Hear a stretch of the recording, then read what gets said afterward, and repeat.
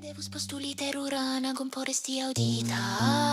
Caien vide nove, silentigas duonon della mondo. Filino, fratino, i cani ai patrino, i defendente demona in ago indeni frato. La chialo, che nine nia pova su nuigi. Esta si magita povo kaiji. Sen fina serciado. Fantomo kun vera corpo, movado kun vera celo.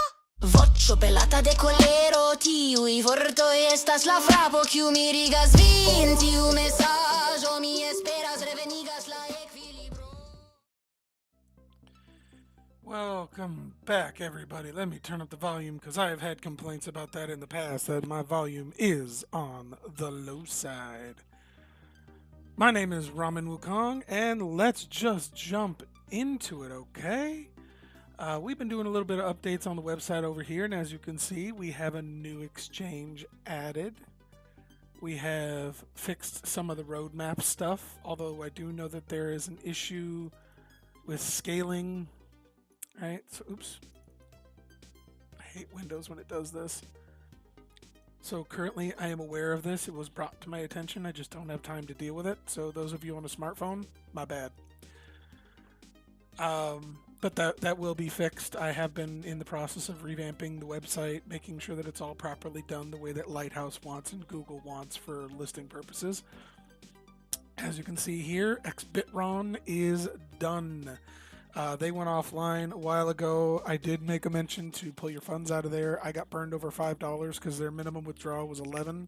I had like $4 in USDT, and they were like, go to hell. Sad to see him go, but it is what it is. NestX has picked us up, so if you would like to trade Bitoreum, go ahead and give that link a click. That is kind of like a referral affiliate link. Fair warning for transparency. We do get a little bit of a kickback if you do actually sign up for an account. If you already have an account, you can just use it as a pass-through link and it worked perfectly fine. Referrals do help us out. These are the kind of free things that you can do that really cost you nothing.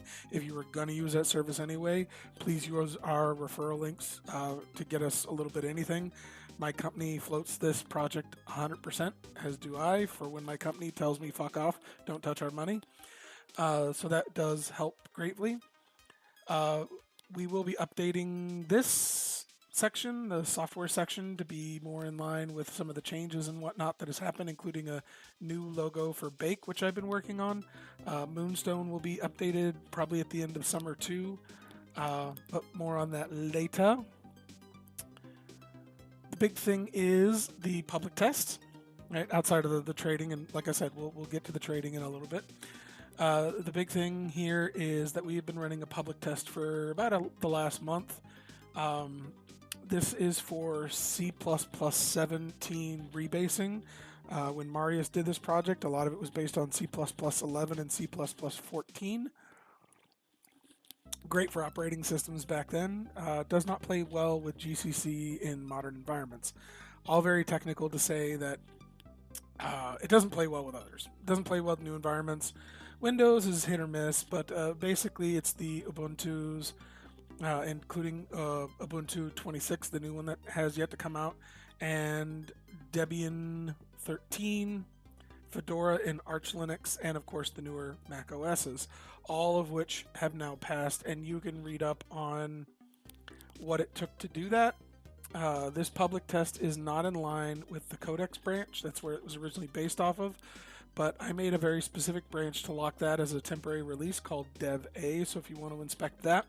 There has been work done in the Codex branch thereafter, so if you want to go see, like, there's been some new logos. We can look at the actions. I think it was here. Was the introduction of... Oh yeah, I redid some of the graphics here. There's a new splash screen, right? So I took the kind of boring generic one that I kind of threw together over a year ago, and we have updated it to be more in line with the graphics and usage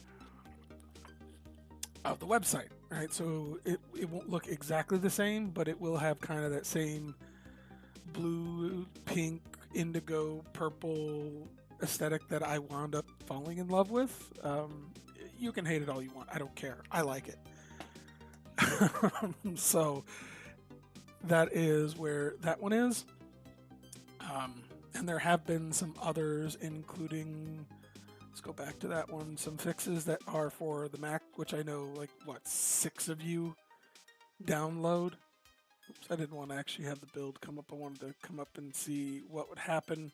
So we've removed the building for macOS 12, and that's because macOS 13 is backwards compatible with 12 and forwards compatible with 14, and macOS 15 is backwards compatible with 14 and should be forwards compatible with macOS 16 as long as they keep the Intel headers, because this is all still based on Intel, which is part of what the rebasing is for. The rebasing is to get rid of Boost, and once I can get rid of Boost, then we can start natively developing or natively threading in for the dependency builds, and once I can do that, then I can build natively for Mac ARM.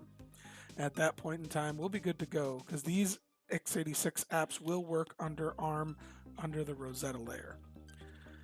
So you can see here in what we've done, we've cleaned up some of the old icon paths, so now when this launches under Mac, you have the right icons. From before, it was just a generic blank icon, and that had a lot to do with old dead links that I thought I'd gotten rid of, but apparently did not. So I have been talking with some of the community, and I might release like because I think we're on 4.1.0.0 or 4.1.0.1, I forget which actual number. I might increase that by 1 for some of these, because these are mostly just visual changes. There's nothing consensus breaking, and then that way you would have a official release version of the application. The product testing has been going on now for just under a month and will wrap up on July 6th. As such, I have been working with Rebase to port over a lot of what I've done here over to what I've done there. This is not the official Rebase branch, because as you can see, it'll say Nikovash, and that's my company. This was a fork from his 3.1.4.20 branch.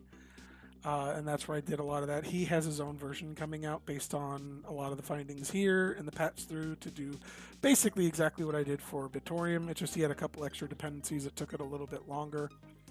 And then, of course, you can always compile using our Bake application, which is getting a logo upgrade and branding. I thought I had it here on my desktop, and I looked while I was talking, and I don't have it, so I must have it on either my laptop, which I left at home today, or my home computer, because both of which are, my home computer has Adobe Photoshop, and my laptop is normally where I store that shit so I can take it with me wherever I go. A lot of this, by the way, was done when I've been internationally flying. I have picked up an onboard courier job, and now I fly a lot, so I have a lot more time to actually sit down and look at code, which is what inspired a lot of this. So that is in the terms of what is coming for a potential minor release. I might not actually do the minor release and just have it in the dev branch, because that's what's going to happen. If by the 6th I don't find anything groundbreaking, shattering, the codex branch will merge into the dev branch. The codex branch will be going away. The dev A branch will be going away. And the public test release will also be going away. As a counterpoint, I probably will be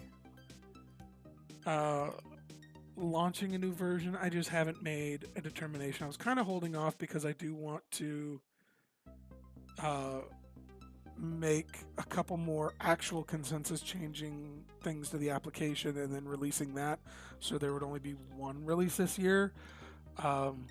But for those of you who want the new icons, I might actually, so it looks like it is 4.1.0.0. I might actually make a 4.1.0.1, which would be a non-consensus breaking, meaning that you could use either of these, and basically if you use the newer one, you would just be getting newer icons, basically, and slightly better performance on Windows.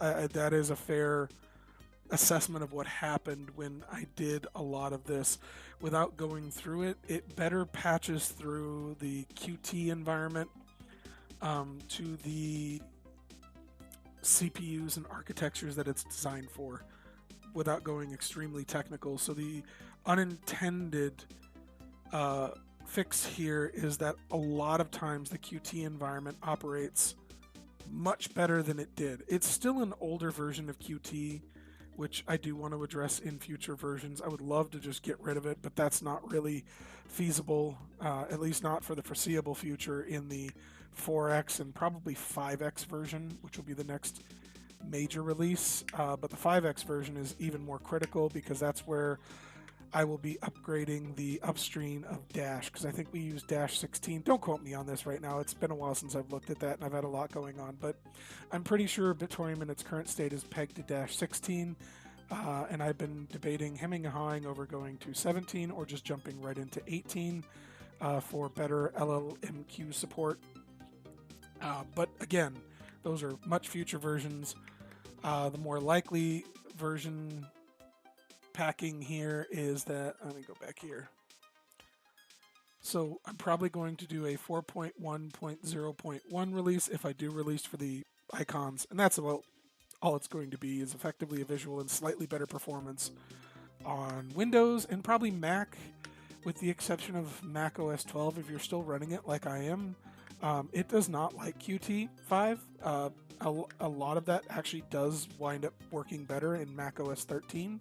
So if you have the ability to go from 12 to 13, which I don't on the two computers that I have because they are that old, I'm kind of stuck with it. So there are times that Qt hangs, which is annoying, but it's not groundbreaking and earth-shattering. Although from 4.1 version to the 4.1.1.99 test version, there was improvements, just not as much as I would have liked. All that said, yes, there might be a minor version release that is basically just the new icons and graphics, more or less, and that is before we reskin the app, which we can see here. I think this one, wait, do I already have it launched? Okay, I do. So let's quit.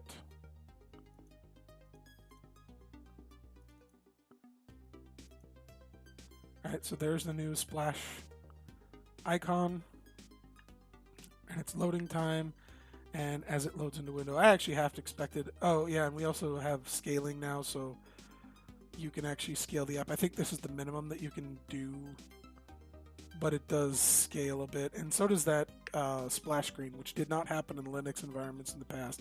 That has also been fixed in this version. So yeah, as you can see, the core of the app still looks the same. It's basically just the icons. These icons have changed, both for Windows and Mac and Linux, and obviously the splash screen. That's basically all that's really going to change for the time being. I will be creating a new icon for the app here, and oh right, because I don't have transactions. There is a kind of a segmented icon that shows you how many comps, because I think 5 is kind of the required minimum, and then at 6 it turns into this. I was planning on making new segmented icons, but that'll be in a future release. But effectively, it's a couple of icons, and it's slightly better. Well, operating icons, and obviously the new splash screen. I'm just going to close this because I'm pretty sure I know what caused that, opening the app too fast. That is a known bug. When you open too fast, it tries to make a backup, and I never turn that part off, and sometimes when you make a backup too fast, the system gets bitchy, because I think it wants to have like a 60-second timeout before it tries to do that again. So let's go back here. So yeah, highlight is trading is back. We have moved to NestX. Right, I now operate a trading pool. Obviously, you're going to get those warnings. There actually has been a fair amount of trading, which, you know, I'm all for. Let's see what's going on here. Interesting. Nothing up that far. So yeah, actually we have gone up, because I think yesterday we were looking at 6.8 was what it was trading at, so there have been some purchases, so that's great. I haven't looked at what the market has done, like in terms of like market volume. Oh, it might be over here. Yeah, so 24-hour volume in USDT is about 4 cents, which I don't think is accurate, because there was a lot more in value there. There's probably about $3 there, so that might be or it might have just reset. I'm not entirely sure. I haven't really played around a whole lot with NextX. They kind of surprised us by adding us for free. I want to add they have been amazing about that. They did it at no cost to them. Or shout out to them for that. That's why I'm definitely plugging theirs. Some things I really do like about them is this specifically, and I'm not gonna go. This is works for every coin, but let's just look at. Oops. How about I spell right? So one of the things here that they show is that they have a proof of reserves for every coin that they list. So right now it's saying that there's about 85.3 million from user balances. NestX has a 124 balance, and then a liquidity pool. Now there are two liquidity pools. I own one of them, and I'm not entirely sure, and I never really got an answer from them whether or not that this liquidity pool value accounts for what they're considering NestX's value. That part I was a little unsure of. But overall, I like it, and I will probably be increasing this in the future, probably to 100 million Bitoreum liquidity pool. So I might be getting rid of this one. I just did this as a test just to get it like up and operational, because normally they ask for a $250 liquidity pool, which would have basically taken all of my coffers. But again, because we were listed for free, they hooked us up on a solid. I didn't realize that the music was that loud. I apologize. So, yeah, big shout out to them for doing that. And obviously they got the new icons, which is awesome, because a lot of times people will pull the old icons from the old project, which is, I mean, it's fine. People know it from the industry, but we have gone through and really tried to rebrand everything for the new project, because the old project is pretty much all but dead. I maintain the seed networks, the pools that we do have. We only have a couple. A lot of them dropped us, like our plant dropped us, but they dropped us because Trade Art Ogre went away, and they got really mad about that. There are a couple other pools that dropped us as well, and I know that I was supposed to talk to a couple of them about being added back, but the reality was that the hash hasn't really been there until about a month ago. And then the hash came back, which was really nice. Let's try to go for mining pool stats. I hope I spelled it right, but I think, yeah, we'll get there.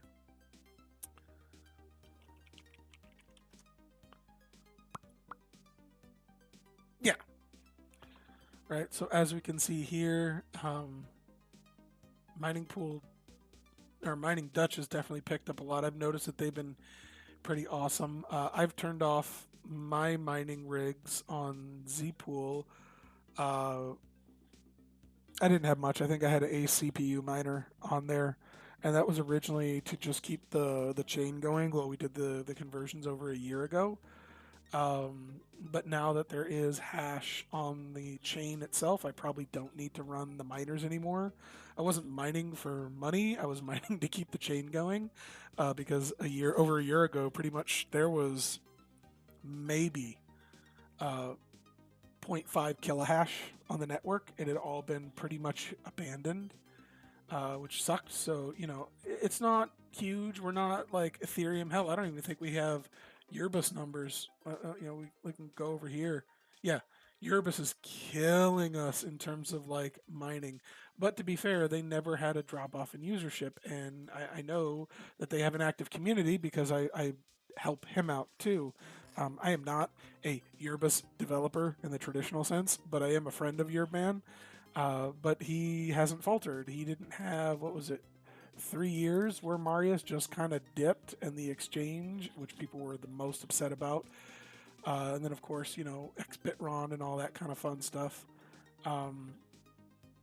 So, yeah, I guess that 4-cent 24-hour volume. Yeah, I'm not sure when they dip off. I know that there was a bunch of sell orders yesterday. I was watching it, so I don't know what that's about. I probably should look into that a little bit more. But anyway, I digress. So yeah, I don't really have to turn on the miners anymore, and it was in my office, and they can get kind of hot, and it's been hot in here, and I think the AC in my building is broken. So point is that trading is back. And then, we have a 145.31% cover on the reserves, which I think is awesome. I don't remember what my login is, and I don't have it on this computer, so I can't really log in. But like I said, I do have one of the liquidity pools. We've already burned through a 6 million Bitoreum faucet on this exchange, because that was one of the things that I really did like, was the faucets, but I don't think I can show you the faucets unless we log in. Because you do need an account with them. Because what happens is when you pull, or when you say, yes, give me part of your faucet, it pulls from the funds, or pulls into your trading account here. And about that, I did want to talk a little bit about the fees.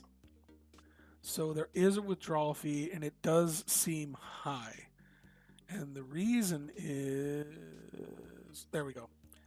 So right now we're sitting at about let's just call it 1.4 million for ease of use. And the reason is that their policy is all withdrawals are a minimum of $1 fee, right? So when I first opened the liquidity pool, I think we were sitting at like 1.6 Bitoreum. So Bitoreum has slightly increased in value, but effectively all withdrawals are about $1. So as the value of Bitoreum increases, the fee in Bitoreum will come down, but it will always be relative to $1 USD, and that's just so that they can operate their costs. There was an argument over on their Discord about it, but from a topical standpoint, I kind of agree. You get a lot with this exchange, and this is small potatoes. Now, 1.3 million Bitoreum is effectively a lot of Bitoreum. I mean, right now our smart nodes operate at a 2 million Bitoreum collateral. But again, that's because this coin had effectively collapsed and it lost a lot of its value. I'm hoping by getting this trade or this exchange going and a lot more promoting on it, that effectively these fees will come down. I'm hoping to get to the point where 50,000 Bitoreum is $1. I mean, I know that's highly optimistic, but that would be great. Because I think a 50,000 Bitoreum withdrawal fee would be much better. I know a lot of the other exchanges had much lower fees, but they've effectively either been raided by the Royal Canadian Mounted Police, just gone in the middle of the night by way of execs. At least XBitron gave people notice. I think they gave them 2 weeks to get their shit out and go. Which I know all had low fees, and they all had their own amounts of drama. I haven't seen any real drama, and I think that overall a lot of people like this exchange. I've seen people bitch about this dollar thing, but you can kind of see it here, with the exception of Pirate. I was going to ask about that, but I think what this is, I do remember them saying that if you put a fair amount of this on reserve with them, which is I think their own personal coin, you can waive some of the withdrawal fees. I had meant to ask about that. It's not been top of mind. For me, I was just really ecstatic that they listed us for free. They also are amazing at answering questions over on their Discord, so go ahead and give them a follow. If we go here, yeah, they got they even got a LinkedIn. I didn't realize that. Huh. You know what I don't see? I don't see their Discord. I'll probably have to... oh, duh. No, it's big icon over here. Big green icon, pingeth here. I'm just blind as hell. I'm looking for it on followers over here. Anyway, yeah, so if you click on that one, that'll bring you into their Discord. I don't want to bring up my Discord because I'm looking at a screen that I'm not... well, it's a screen that's not meant for public. I'm looking at private stuff related to like my checklist. It's where I keep the stuff that I'm supposed to talk on. Okay. So that's what we've been up to. There's actually been a lot of movement versus last month. I know that the month before was kind of dead, and the month before that was kind of dead. I think I was in Heathrow Airport where I actually found the path forward to the C++ rebasing on a path that would legitimately work. I don't think I've gotten 100% of all of the C++ 11 and 14 out, but at least in the main build path, I think I got it, almost all of it. I will be fine-tooth combing that over the rest of the summer, and I know that there's a member of the community that I think of as a really close friend and brother who will very likely cuss my ass out over something stupid that I've probably done. But anyway, that's the exchange. That's that. Like I said, we've been working on the back end. Nothing's really going to look. That's the funny part about the website. The changes I'm making over there, it doesn't change the look and flow. With the exception of the video archive is getting a little bit big. So I think what I'm going to do is start archiving these by year, and then this will be just a list instead of these cool little like micro things. So everything from 2025 will just be kind of like in a new page on a list for archive, and it'll be 2025, and then next year 2026. So that way these pages just don't get obsessively long, because when they get long like this, then load times matter, and then Google and everybody hates us. And then same thing for the accounting, which I know I'm super behind on. This as well needs to be updated, and the last year needs to be archived, and the new one for this year, which I get we're halfway through already, needs to be put up. So similar kind of thing. Although with that one, I'm thinking about just creating one of these tiled things, and then just you'll have a year that you can click on, and it'll just download a PDF, so that way you can view what we spent in that given year. And then if I find things that I miss, because sometimes, like I know this charge, I know exactly where that appears on my damn credit card line, right? But some of these $6 charges, or even some of these less like $2 million promo charges, I skip over these things all the time because they're so small. I just don't recognize them. And then I go back later, I'm like, oh yeah, we did that, or we did this, or I gave away this, or I gave away that. So they have to go on an accounting form, and that kind of stuff happens all the time. So that's what will happen is those PDFs will have like a marker. It's like, hey, updated on this date to include this thing. But that'll just be a PDF to keep this also pretty stylistically small. But basically, we just need to do some back-end coding to make it all nice and neat. All right, let's switch over.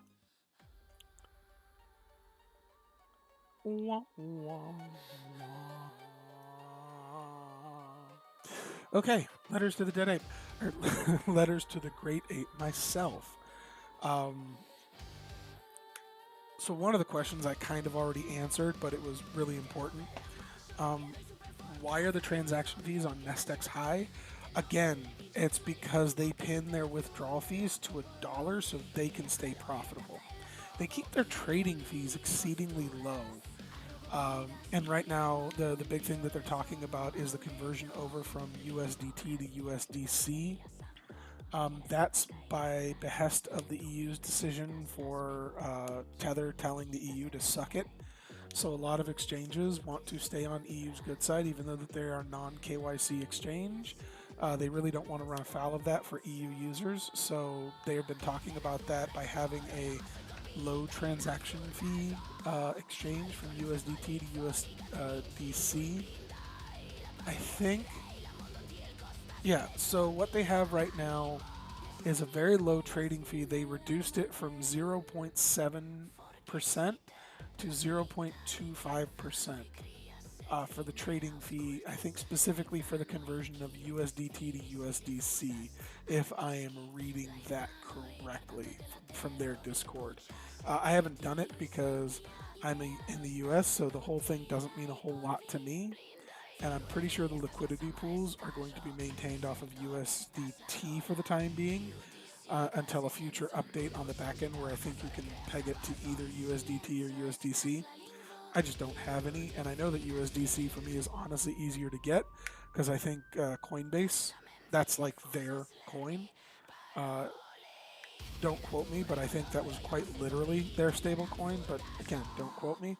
But it's a lot easier for me to get. I just had the USDT in a wallet to open the initial liquidity pool, so that's where it is. I haven't really talked to Koji a whole bunch about that because, again, I'm an American, but for all of you out there, and I know that like 70-80% of the people that watch these videos are not in the United States, and I also know that our user base is largely also not in the United States.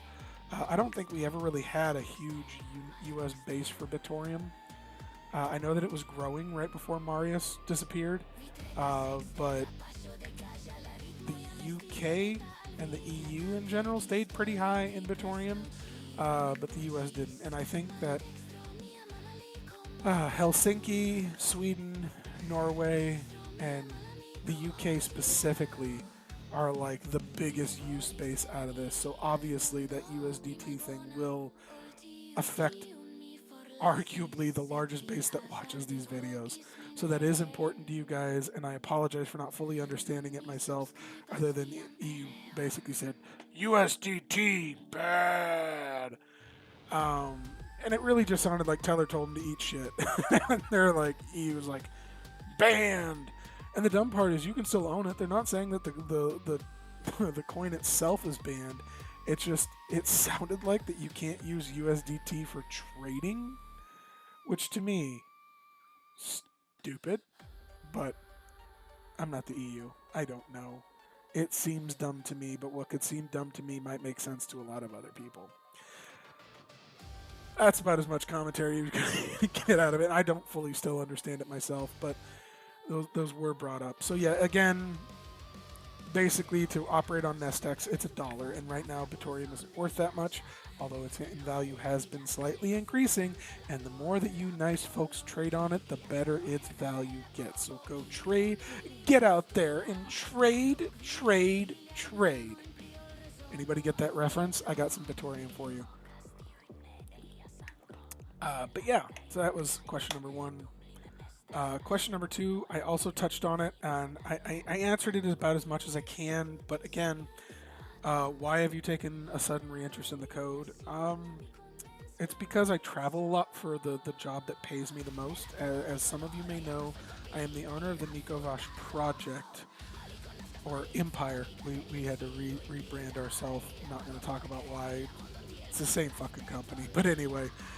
So I'm the owner, but I do have a board of two and a half other people that basically account for the money. And last year, $4,000 came up, not missing, it's just misappropriated. Right? That's not even the right term. Missing is more apt to what happened. What I think happened is that figure that I showed you, where it was like, I know where that 1,300, that was a singular transaction. But what I think is that Oracle charged me more.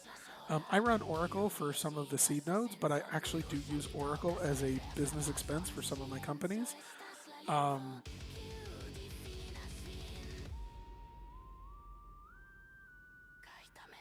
Sorry. Yeah, so I use them for a lot of services, and I think I got overcharged, is what I think happened. Point is that every year as a real company, I actually have to file my taxes, which this year I'm behind on because I was probably not going to do it till October, but because of other things I really need to get off my ass about, that'll be one of them. So basically, the board has locked me out of using company funds for this project, so everything that I've been doing is out of my own. So, why does that matter? I took on a new contract, and this contract is called OBC, or NFO, which stands for Onboard Courier or Next Flight Out. Basically, I get a call in the middle of the night more often than not. It says, hey, I have a flight that leaves at 5:30 in the morning, which would typically be like 3 to 4 hours from when I get the phone call. Get your shit together, go pick up the package from so-and-so location, get it to the airport, get on this particular flight, go deliver it, and then I get to return home. Okay, that sounds easy on principle. It's just sometimes that flight could be, so I'm based out of Portland, Oregon, that flight might be to Chicago. Nice simple flight. What is it, 4.5 hour flight? 4.5 hours there, sit around at the airport, wait for the last mile delivery service to come pick it up, hand it off to them, hop back on a plane, yada yada yada. I think a lot of the times, that might be like an 8-hour effective layover, because it's not get on right on the plane. It's typically there's a time delay because they do like to get the cheapest flights available, but they do want to get me home in a timely manner because that job pays per day, right? So if that would be like a 1-day job, that's a flat rate. It's pretty simple, standard, and great. But that's not normally what winds up happening in OBC or NFO, which stands for Next Flight Out. What will likely happen is I start off here in Portland. I was like, hey, we need you to go to Berlin. Right? So same process. Go get the package, go take it to the airport, ship out to Berlin.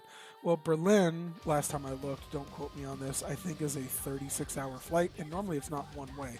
Normally I have to go to JFK, transfer planes, um, or there have been a couple of times where I stay on the same plane, but it's like a 2 hour on the tarmac thing. I stay on the plane and then I go to Berlin.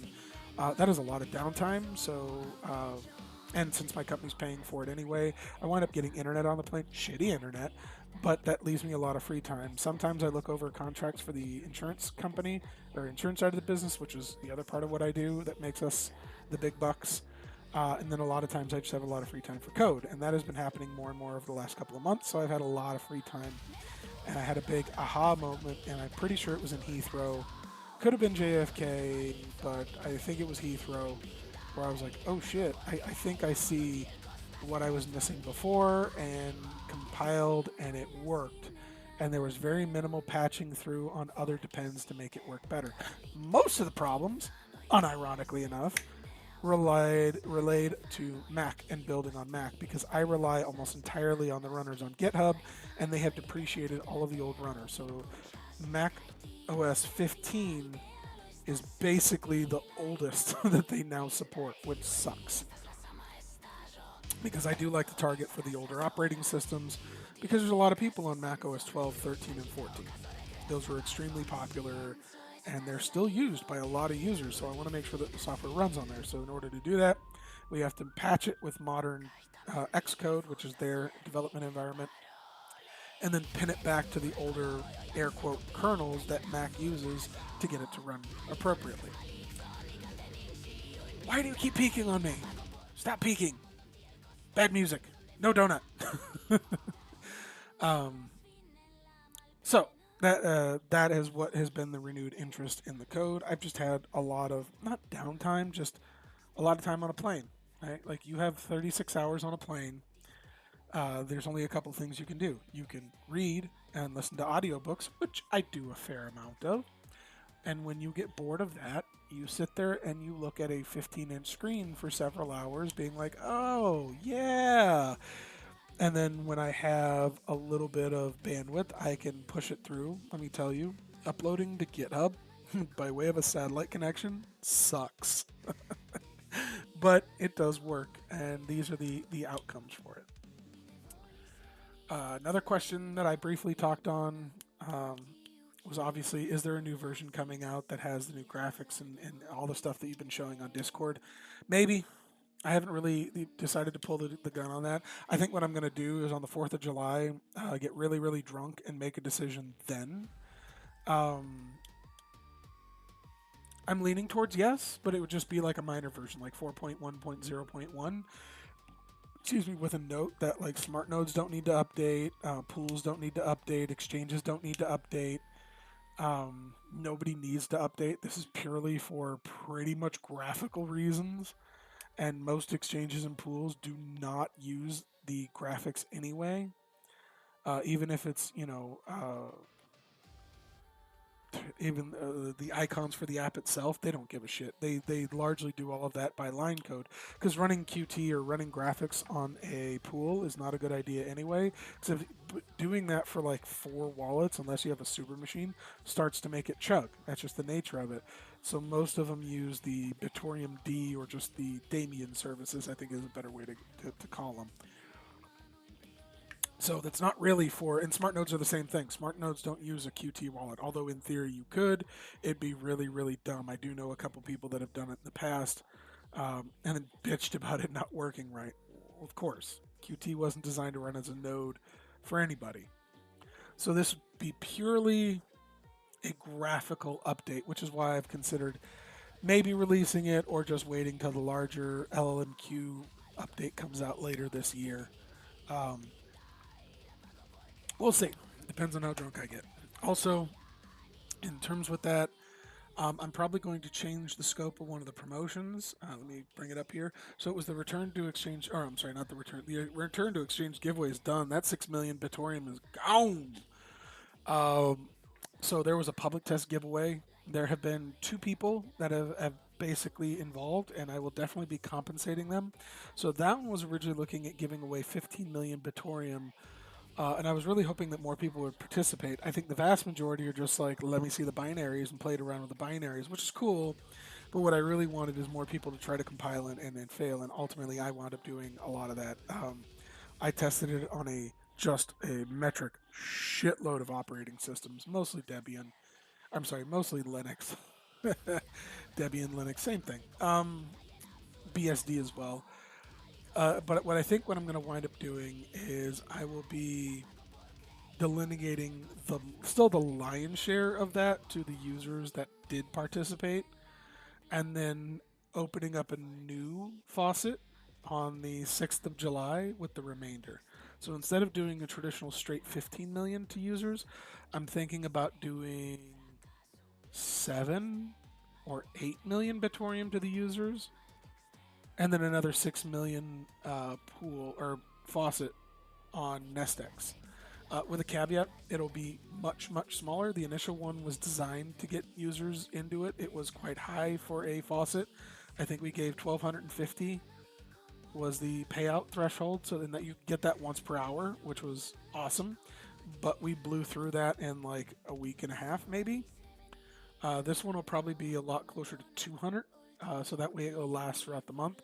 Because I really do want to start getting more and more people involved in Bitorium, and I think the faucet is a great marketing tool for that. So I'm thinking about that's what we're going to do. We're going to change the public test a little bit because there's just not a lot of developers out there that follow Bitorium. I think I'm probably one of the only ones that admits to it that's a developer. I do know that there are a couple of them out there, but they